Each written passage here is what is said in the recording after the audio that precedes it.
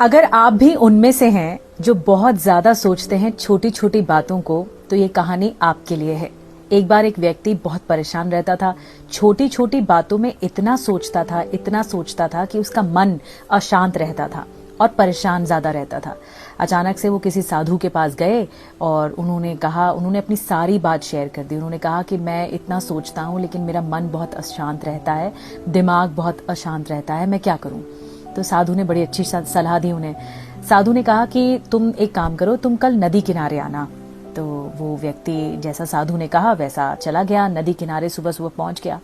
तो साधु ने एक पतीला दिया उन व्यक्ति को, या फिर आप एक कटोरा समझ लीजिए, एक पतीला दिया, उसमें पानी भर कर दिया और साधु ने कहा कि इस व्यक्ति को कहा कि तुम्हें ये पानी ना दूसरे छोर पर ले जाना है, दूसरे छोर पर ले जाना है नदी के। तो लेकिन एक भी बूंद छलकनी नहीं चाहिए, इस बात का ध्यान रखना। तो इस व्यक्ति ने कहा कि अच्छा ठीक है।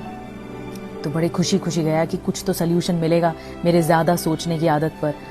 तो धीरे धीरे जाता रहा, लोग उसे देखते भी रहे, लोग उसको हाय हेलो भी करते रहे, या मतलब थोड़ा डिस्ट्रैक्ट करने की भी कोशिश करते रहे, लेकिन वो अपने पथ पर डिगा नहीं, आगे बढ़ता रहा और ये देखता रहा कि पानी की एक बूंद भी छलकनी नहीं चाहिए उस पतीले से। अब पहुंचा दूसरे छोर पर, वहीं दूसरे छोर पर वही साधु खड़े हुए थे सेम।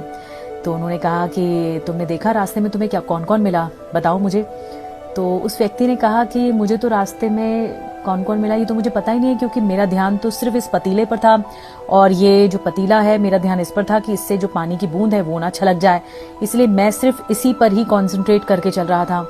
तब साधु ने कहा कि दैट्स इट, जिंदगी यही है और रहस्य यही है जिंदगी का। क्योंकि कई बार हम अपने पाथ पर होते हैं तो हम बहुत ज्यादा डिस्ट्रैक्ट हो जाते हैं, ये सोचने लगते हैं कि दूसरे क्या सोचेंगे, ये सोचने लग जाते हैं कि दूसरे क्या कर रहे हैं, दूसरे क्या नहीं कर रहे हैं, दूसरे क्या सोचते हैं हमारे बारे में, क्या नहीं सोचते हैं, या हर पल डिस्ट्रैक्ट होते रहते हैं, दूसरों से कंपटीशन करते रहते हैं। लेकिन जब हम ये सोचते हैं कि अगर हम अपने पथ पर हैं, अपने लक्ष्य को लेकर हम देख रहे हैं, या हम ये सोच रहे हैं कि हम अपने आप से कल कितने बेहतर थे, आज कितने बेहतर हैं, ये अगर कंपटीशन रखते हैं, अपने ऊपर कंसंट्रेट करते हैं, तो हम डिस्ट्रैक्ट नहीं होते हैं और फिर हम वो एक सीमा ही पार कर देते हैं। कहने का मतलब ये है, कहानी का सार ये है कि दूसरों पर ध्यान देने की अपेक्षा अपने ऊपर ध्यान दीजिए, क्योंकि जितना सोच कर, दूसरों की बातें सोच कर आप अपनी सोच को खराब करते हैं या बहुत बर्बाद करते हैं, इससे बेहतर है आप अपने बारे में सोचिए, अपने आप को कैसे बढ़ाना है इस बारे में सोचिए।